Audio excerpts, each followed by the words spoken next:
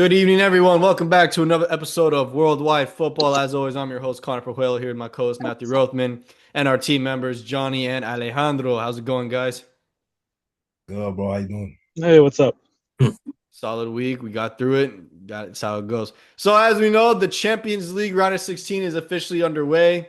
Now that the playoffs are officially over, Johnny, condolences that Olympiacos couldn't do anything against this Leverkusen side. Bodo beat Inter. That I celebrated that because it was a wonderful hate watch. Matthew was let down by his Bundesliga compadres because Dortmund just do what they do best and constantly disappoint on the biggest And stage. that's why we better beat these guys tomorrow, I swear. Like Juventus nearly came back. they embarrassed our league so badly, we need to get revenge just for that. Nah, just add on to the humiliation. Juventus nearly came back, and then Osimhen just absolutely dunked on their heads. And of course, Real Madrid and Vinny once again getting absolutely tasty revenge and did the exact same celebration that caused racism. So, Literally. as Baila, baby, baila.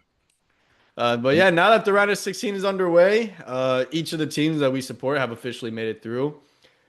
Some teams easier paths than others, some more difficult than others. So I guess we'll just start off with our co-host teams. Matt, you guys play Atalanta, and your first leg is over there in Bergamo, with the second leg being in the Allianz. What are your what do you see your odds in this game? Like, how do you see that game going? Yeah, I think the first leg in Bergamo will be quite tough. I think Atalanta, even though if they're not the best in Serie A at the moment, they have proven, in recent years especially that, they are a different team in Europe. They do have some, I guess, like extra gear that they can go into, like they showed against Dortmund, although, in fairness, it's probably one of the lesser teams, um, in terms of Champions League this season that was in the knockout playoffs. But in the sense, like, I know Raffaele Palladino, he's done a really good job there. So, don't want to sort of go into it as like the heavy favorite, even though that's what the bookies will have. But Bayern, they should still get past. I think it's still a favorable draw, regardless of who they got, whether it was Atalanta or Leverkusen. Preferably I would have won Leverkusen just for, that path and all. But yeah, while Atalanta, I think, could cause Bayern some troubles, I would say, um, out wide because Bayern do have some issues at fullback at the moment Yeah, with some Davis is out. injuries. Yep. But even that, I think, Bayern, that second leg will prove to be a big difference. I think Bayern should win that second leg by quite a bit. I don't think, they'll, even if they lose, let's say the first leg, I don't think it's going to be by too much of a margin I don't to where sell that'll Bayern too affect short. us. Atlanta are a solid side, but I don't see Yeah. you guys losing the first leg. You might Yeah, win I by think like a it'll either small be like Bayern margin. will win by one or it will be a draw. But I think the second leg, Bayern will sort of like stretch out that lead with them. So I think, good draw for, Bayern, albeit, could have been better on the other path. But if they move on from Atalanta, that's where it gets tougher. Yeah, just don't let them humiliate another Bundesliga side. Otherwise, you guys are Quite debating literally. the which league is better, Italy or Germany.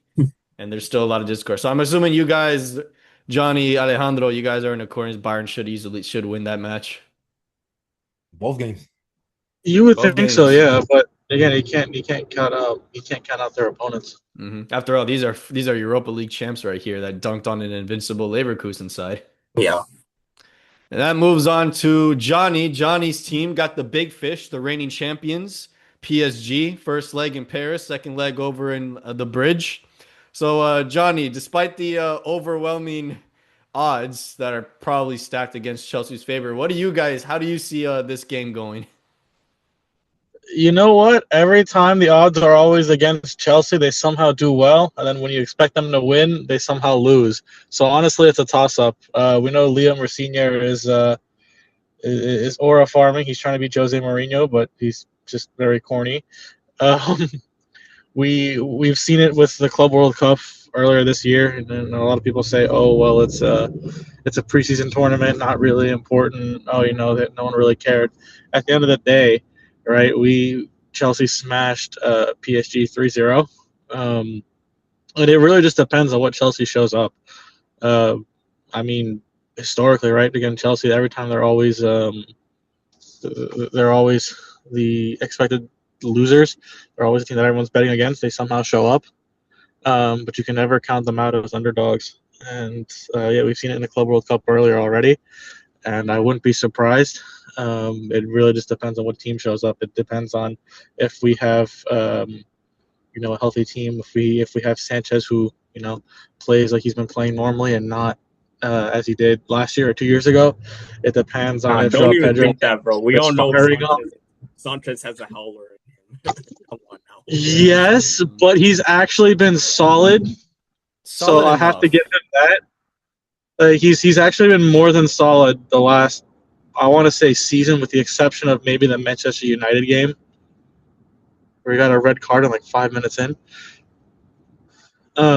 But yeah, Sanchez, he has a special knack for being a bonehead. So again, as long as you can cut down the stupid mistakes and play like you did against Barcelona earlier in the Champions League this year, I don't think you can count Chelsea out, especially because if they have the home game second at the Bridge, they will already have a margin of what they need to do to go through. And that little extra bit of having home support, I think, goes a long way, especially on a Champions League night. So honestly, it's a toss-up. On paper, PSG, I think they're the better team. Objectively, they're the reigning champions for a reason. But at the same time, you can't count Chelsea out. That being said, I'm also really still depressed and butthurt that Olympiacos lost to Leverkusen. That totally ruined my week. Ouch. In my opinion, I don't think the game is going to be so one-sided either, because this PSG side aren't nearly as dominant as they were last season. Not just speaking in Europe as well, but also pretty much the league. But we also have seen PSG perform poorly in the league phase of the Champions League and then immediately switch it on. Keep in mind though, they do have Dembele injured at the moment. Not sure if he will be back for the first leg. I'm not sure if it's just a knock or it's a little bit more wider of an injury. Players that have been little up and down, Doué, Barcola, fantastic on the ball, but finishing is dead. Cavada, has had his struggles, just being consistent, as well as that PSG defense that has actually been starting to have some leaks in there. So I don't think it's too far away for Chelsea to chase. They just got to make sure they, punish them whenever, you get the chance. I would say the midfield battle, Enzo and Caicedo are going to be extremely crucial. I think the wingers definitely have Chelsea beat. Unfortunately, you guys can't compete with the PSG wingers. Defense wise, Well, I mean, because I'm pretty sure Fofana's injured again. So yeah, that's going to be another loss. And you already know how you feel about your defenders. So it's just for real, it really depends on if our defenders can show up or not. If Cucurella is in, if he's healthy, if he's playing and he puts in a shift, he's been pretty Cucurella solid. needs to be there. Otherwise, you guys are screwed. Otherwise, you're going to have to put someone like Malo Gusto there, and then you guys are cooked. Gusto can be good, especially on the right. When we saw him playing as left back a few games ago because Corella was hurt, that's when disasters seem to strike. Well, yeah. Well, your right back isn't going to be Gusto. It's going to be Reece James without a doubt. We have. I mean, it also depends on our midfield because Reece James has been playing as CDM, even center back a couple times. Again, our center back duo right now is really, really weak. I mean, Chalaba's been hit or miss. Benoit Badiashile is absolute dog shit, and I mean that in a professional sense. Obviously, he's a really good athlete, and compared to us, he can kick our ass easily. But he's just not Premier League caliber. I think he belongs in the championship. I mean that genuinely. Tosin Adebayo, he's also just not the Premier League caliber center back at all. We keep having too many holes and leaks in the back. So with Fofana being hurt, with Coel being out for the entire year, we really don't have two center back, like a real center back duo. Yeah, so obviously it's a lot of prayers once you get to your back line. It's like, may God help us, even more so if Dembele comes back. Yeah. And then if you have Garnacho being hit or miss up front, or you have Cole Palmer as of late skying a goal from 3 yards out, or just being a little off, I'd say Joao You know, Pedro's it been the really main guy to really take the headlines from Palmer the past couple of weeks because he's been really well good in front of goal. So he definitely has. he'll be a big one. He definitely has, and so it really just depends on who shows up and who doesn't. Again, Chelsea are the most consistently inconsistent team. Every time you think they're going to win, they're going to lose. Every time you think they're going to get their asses handed to them, they somehow compete. You look at the Barcelona game. I Yeah, think that well, just Araujo shows gifted like you that one. especially the importance of like no the attacks like early on in the game. Like I still go back to Bayern's first round of 16 match last year against Leverkusen. Took Kane, I believe, like 8 minutes to score, and then that momentum just helped Bayern not only win that game but also like just dominate that entire two legs. So I think sort of the Champions League as a whole, when it comes to the round of 16, it's all about momentum. Like we mentioned, PSG, last year didn't have the best league phase, but they always had that momentum in those matches. Like, yes, they lost the It's like a first. switch in their head, you know. Man, It's yeah, they crazy. lost the first Yeah, leg against Liverpool at home, but they were still the better team. If we're being honest, Allison just saved the whole Allison championship. just was on crack that day. Yeah, and then they went to Alejandro, Anfield and scored. do you see how do you see the PSG Chelsea game going? You think it's going to be one sided? You think it's more 50-50? What do you think is going to come through? It's tough to call. I mean, right now, Due is playing great. And the Dewey just came back, yeah. Um, Joao Pedro's playing great. If he has a good game, I could see him scoring 3 goals, and that's not crazy to me. Across both legs? I would even say if Joao Pedro has one really good game, hat trick for him against PSG. That's a bold prediction right there. Yeah, so Keep in But, mind, their but backline is Hakimi, Mendes, and Marquinhos and Pacho, man. super backline, but they need to be on top of everything. And Vitinha, I'm sorry, bro. Take him off the penalty spot. He cannot be taking the pens. Got to be somebody else. I know Dembele is out. You don't even like to have him in general take the pens. Get somebody like Maybe I don't want to Cavada? do it, but have him or Valaskelia do it, bro. Mm. Yeah, that's Hakimi's solid. also a pretty good pen taker, at least for Morocco. He's shown that. Hakimi, Yeah, yeah, because in the shootouts with Morocco, he's actually done pretty well. he scored a good goal the other day. Correct. All right, and since now we're going to Alejandro, who technically supports two teams here. Let's go with the first one. Arsenal, the actual team supports, and Real Madrid, the team he supports for solely rage bait purposes. So for If we're gonna Arsenal, keep it a buck, if we keep it a buck, I only support Real Madrid, bro. really? Straight like that. All right, but we'll ask you about Arsenal anyway, just because you keep Oh, let's talk touching about them the most. All right, you guys play Leverkusen in the round of 16. First leg's in Germany, the second one is in London as well. How do you see that game panning out? Leverkusen isn't Leverkusen of the past. Alonso, if he was there, immediately I would have said, you know what? I got it. Arsenal are the bottle kings. I'm gonna say this. I feel like they will win the first game and lose the second game. Straight like that. Maybe, but also like you said, this isn't the same Leverkusen as before. And granted, even Bundesliga wise, they haven't been as dominant as they used to be. Granted, they still got a lot of good names to their Just names, through such the as Union Patrick. movement. Yeah, just they still have a lot of good names on their hands, such as Sheikh, Grimaldo, Les Garcia. But there's obviously a lot of weaknesses in that team still. So I honestly think Arsenal should win this. I don't know about comfortably, but they should win this like relatively fine. Despite the bottle gene, I don't see them bottling in the round of 16. I mean, granted, the next team they probably face in the quarters, which may be It either would either be Sporting, Bodo or Bodo. Sporting. Who knows? Because Bodo's been on crack this whole Champions League campaign for no reason against the big teams. So that's fair. All right, let's go over to Real Madrid, who once again pulled Man City in the round of 16. UEFA just absolutely loves this fixture for no reason. Although I can't even blame them. This fixture is always crack whenever it comes up. So how do you see this going? Real Madrid and Man City, who are now a little closer to the Premier League first spot. How do you see this going along with Real Madrid's current struggles and with an Mbappe injury? I'm gonna be realistic right now, okay? Man City got some momentum, coming in. They're doing well. I'm tired of this matchup. I'll say that first and foremost. I'm tired of this shit. But, but, what will happen to Vinny? I feel like Madrid has a new battery in their back. And yeah, we could have played better against Benfica, but it was a great game. Both games were great games, bro.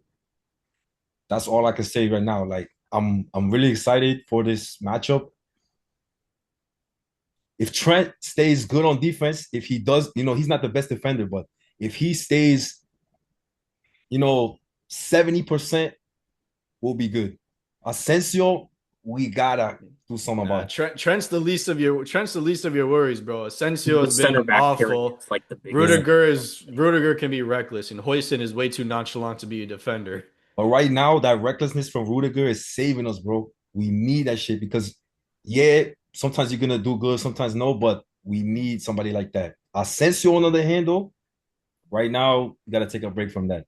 But who can you put in? I mean, Alaba, but he's not his level. Alaba's level is not Yeah, well, the there. only other option is you'd probably Chouameni, but you lose a key spot in your Yeah, you midfield. lose a We need him midfielder. in midfield. No more center back Chouameni. He was great, but he's even better in midfield. You can't lie, saying it's not true. No, yeah, and Paredes is probably he's consistent. I actually like him. Courtois is the shaitan. He'll probably come and clutch again. Midfield, but the attack is the question. You have Arda Güler, who's featured since Arbeloa's come in. Arda Güler has been featuring a lot. You're Hasn't up exactly top. played Who would well. be starting though? Up top, who would be starting? Would Gonzalo Garcia be starting? Because with Mbappe injured, he's the only other strike option. I'm not sure if Rodrigo will be back for that game, and if Arbeloa does decide to use him. Who takes up that vacancy up front? Okay, I got two ideas for this. One is a little more out there than the other one. Okay. All right, all right, let's do it. First one, if Rodrigo's good, if he's healthy, if he's good, I would put him as striker. I wouldn't even think about anybody else. I'll put him as striker. He can still play a little on the left if he wants, moving here, you know what I'm saying? But he's gonna be a striker. I know he can play striker. And okay, the thing is, right? He could play on the right, but I need him as striker because I don't know, bro. You play Rodrigo Brahim closer to the Diaz. center, almost near the false nine role, because I see Ah, Madrid sometimes go from 4-3-3 over to 4-4-2, leaving Camavinga on the left and most likely ah. Valverde, someone on the right. If we're playing In four at the transition, back, it works. In transition, it might work, especially keep it more compact. It's just let's see if it definitely does rely a lot on you get the balls to your attacker, and they, with the brilliance that they have, can they create their own chances for themselves to score, like Vinny can. if we're playing Rodrigo, I'm not 3, sure. bro, look, if we're playing a 4-3-3, I need Carreras. All right, Carreras, Hoyson, Rudiger, and Trent at the back four. Chouameni center defensive mid. Camavinga and Valverde in the two center mid spots. Vinny on the left. Rodrigo on the right. Gonzalo as striker. But I don't like him right now as striker. So I would put Rodrigo as striker, put Brahim Diaz on right wing or Guler on right wing because he's shown good things. But honestly, bro, if he was healthy, I would say at least one game, try this out. In the year that Madrid won the Champions League, it was 2024, right? Against Dortmund, yeah. Yep. Jude was playing a more advanced role than he does now. Almost like, I'm not going to say he was a false nine, but he was very advanced. I want to see him in a similar role to that. I mean, he'd be key for you guys for this game. Unfortunately, he's hurt. Yeah. If he was here, those are my two options. Keep in mind, Man City Rodrigo, with the reinforcements that they've also made, they have cement. They brought in Semenyo. Cherokee also a threat. Holland Mark Gay. is always a threat. Mark Gay to really shore up the back line alongside either Diaz or Kusanov, who I actually really like Kusanov. Out Nori, who's featured more ever since he came back from injury. And of course, the cracked goalkeeper Donnarumma himself. even a washed up Bernardo Silva can still put in a decent shift, especially when it comes to, off the ball movements because he's not as explosive as he used to be, but the guy's a battery, so he won't stop running. So this is going to be quite a tight game that I can't really What see who up? the clear winner is going to be. What about this? What was it? Yo, you know what that is, bro? What is it? Guardiol. What's up with him, bro? Oh, Injured. that's another, He's yeah. injured. Man, I think he's out for the season, Guardiola. damn. Yeah, the back line's likely Nunez, Alnori, Kusanov, and Gay. And like I say, that's a solid center back pairing for like the future, I actually liked what I've seen from Kusanov. I think he's a good defender.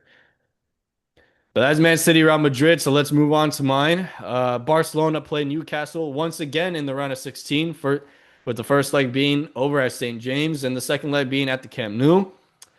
I mean, what can I really say? This is a team that we've already beaten this season without Lamine Yamal, and that honestly took a masterclass from Pedri and also 2 goals from Rashford to get us that win.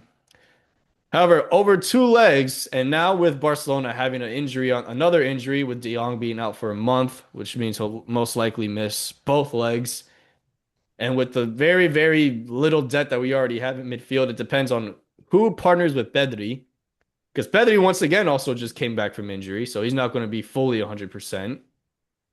I heard stuff like, we have Marc Bernal, who's featured a lot more minutes ever since his ACL injury and has done well, has shown a lot of quality on the ball as the modernized six.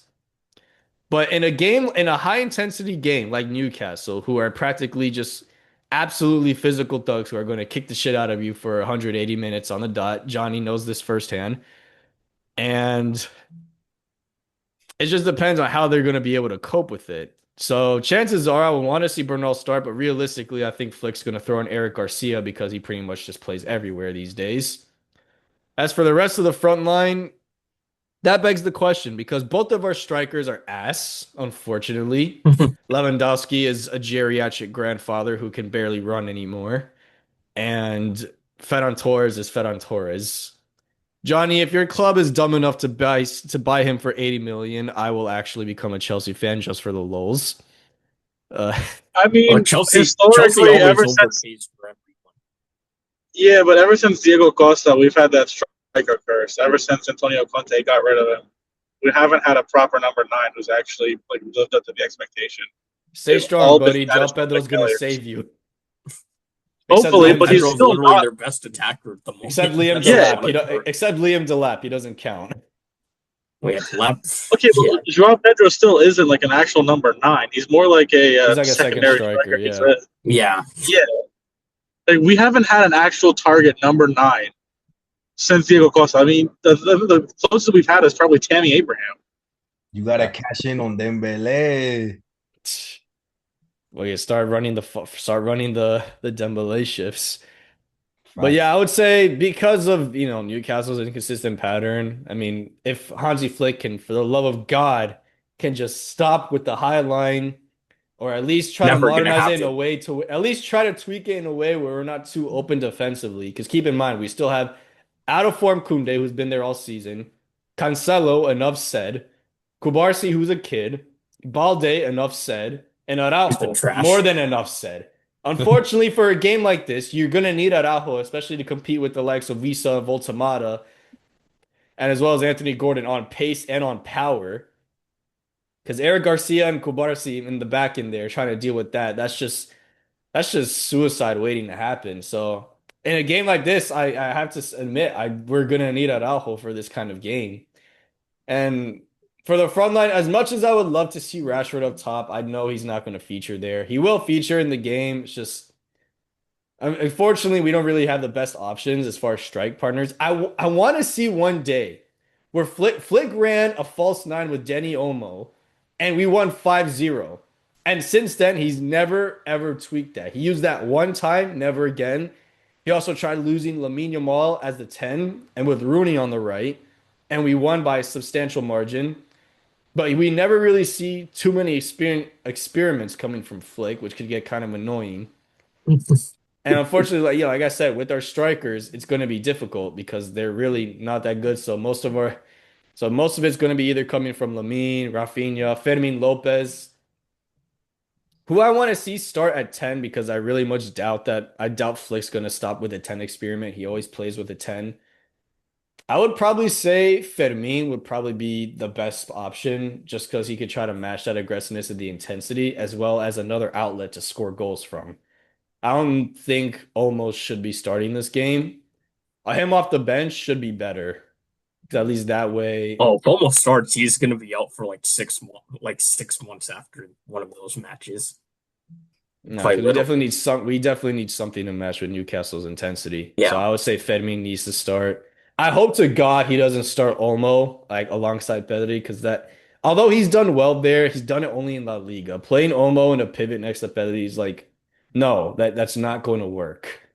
Especially when you go up against the physicality of Newcastle, who, by the way, have also like done better in the Champions League in comparison to I what mean, they've hey, done in the league. they absolutely smacked Carabag. So, Yeah, and, Anthony Gordon in the goal scoring form that he is, I'm not ruling him out. I won't be no, it's surprised if crazy. Gordon only had 3 goals in the Premier League, and now he has what, like 10 goals in the it's a Champions League. switch. That's crazy. I don't know why Eddie House constantly tries to make Voltamata work at midfield, but I'm Yes, not ruling out what he could also bring, especially when it comes to corners, because my team in corners it just doesn't work. But I do see us winning. I do see us winning, and whoever we potentially get next round, whether it's Atletico, who's already spanked us, and Spurs, who are Spurs, that's where the real test starts. And that's where I move on to the next one of the last ones. Atletico versus Tottenham, which on paper seems very like a Conor very poor Gallagher match. derby. No, the fact that Spurs made Conor Gallagher one of their top paid players is actually like that's one of the saddest things ever. Johnny, this guy came from Just your for the Madrid academy. What the derby. hell? They did that just for the Madrid derby. Like, I'm not even mad at Conor Gallagher for that. Like, I'm more pissed at Kai Havertz, right, and Mason Mount than I am about uh, Conor Gallagher. Like, Those I two almost feel suck, and bad you because still got Yeah, like exactly. 70 Like two of million those each guys for both. suck now. Only one of them has done well, and even then, he constantly gets hurt now. well, again, with Conor Gallagher, he was kind of forced out of there to make money by Bowley and co. So it's not like, I almost feel bad for him, but it's one of those things where it's like he didn't go to a direct rival. He went to Atletico Madrid, and then Tottenham paid Playing an arm well and a at leg Atletico too. for it. Yeah, he's a solid player. He's really good, honestly. He would definitely be in contention, I think, in Chelsea's midfield even today. It's just more the fact that Bowley needed to balance the books, and he was considered a free player, so we shipped him right off to Madrid, and then Madrid got a big fat payday from Daniel Levy. Lol. He was I'm not gonna be gonna in say he charge. had all the interest in the world, but he really had to sign with Spurs.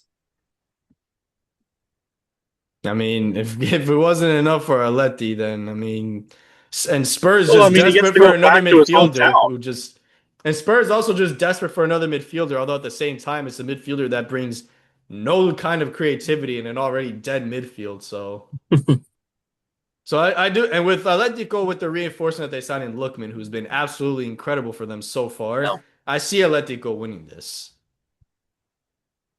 And then that begs the question of whether or not if Barca make it through, can they actually lock in against Atletico? Keep in mind, we beat Atletico this season. It's just the headlines of us getting spanked by Yeah, four you got goals. smacked 4-0. Obviously doesn't help the odds. Liverpool versus Galatasaray. We've also seen that earlier in the league phase where Galatasaray kind of scanned a pen and somehow won that game. But with Galatasaray and Liverpool, it's the same thing I said with PSG Chelsea. I don't see this being completely one-sided. Liverpool still have their struggles. Galatasaray with a very frightening front line, especially with Osimhen. So this could go either way. I would say Liverpool might edge this, but I think Galatasaray could give them a run for their It money. might Could be, even win it. to be honest, it might be the closest out of like all the ties outside of maybe Real Madrid, Man City. To be Maybe honest, Bodo and 'cause- Sporting as well, just because we've seen Bordeaux play well yeah, against that the is top also teams. pretty But intriguing. keep in mind, they were in the league, they were in the playoff phase for a reason. I wouldn't be shocked if somehow Sporting were to beat Bodo, just so Bodo can be seen as like the giant slayer of this year's Champions League. It's like, in March Madness when the 16 seed or 15 seeds would be the team in the round of 64, then gets smoked in the round of 32. Like, I don't know. I want to see that continue for Bodo. I just can't really see it. I think Yeah, I think for the sake of it, we need to see Bodo continue to go forward and see. Because if they beat Sporting, who would they play next again? They would play Bracket-wise? Arsenal. Ooh, Yeah. that would be fun. Don't forget, Bodo Stadium is as north as it gets. It's almost in the Arctic Circle. It is. It's hard to play there. It's going to be cold as fuck up there. And not only that, it's turf, and a lot of these players aren't used to it. So that's almost like their little hidden advantage. It's not like a cold night in Bodo Stadium, right? For real, especially in February. That's Norway right there. That's peak winter time. But one interesting thing about the Gala Liverpool game is, like, obviously we talk about the attacks, but it could be interesting to see, like, I feel like this could be more of a defensive match. I don't know why. I just think Liverpool sort of with the run of form, like they haven't scored as many goals in recent games. Of course, Ekitiké's been kind of off. Yeah, they've had that Newcastle game where they scored 4, but since then they only have scored a total of 6 goals in the 4 matches they previously played. I think Wirtz is definitely going to be key for that game. I mean, he's really one of their only other threatening attackers other than Ekitike, who's been out of form, Salah, has been off this season, and of course, don't get me started on Cody Gakpo. Slot's gonna still start him. Oh yeah, he's gonna start him for sure. That's called Dutch bias. But yeah, I think all of us will be going for Bodo. I think the Galatasaray Liverpool will be the closest one, like you said, Matt. Overall, very solid round of 16. I'm excited. I'm sure you guys are excited. Hell yeah! And with the second leg being the week after, we have March 10th, March 11th, and March 17th and the 18th. Should be fine all the way towards the end. The final is on the end of May. I'll be sure to make sure to travel to go somewhere to watch it, and should be fun. Anyways, guys, thank you so much for joining this. Thank you very much for joining another episode of Worldwide Football. As always, keep in touch with all of our social media for any more updates and additional content. Be sure to follow, hit likes, comment, subscribe. Thank you guys very much, and have a great rest of your night.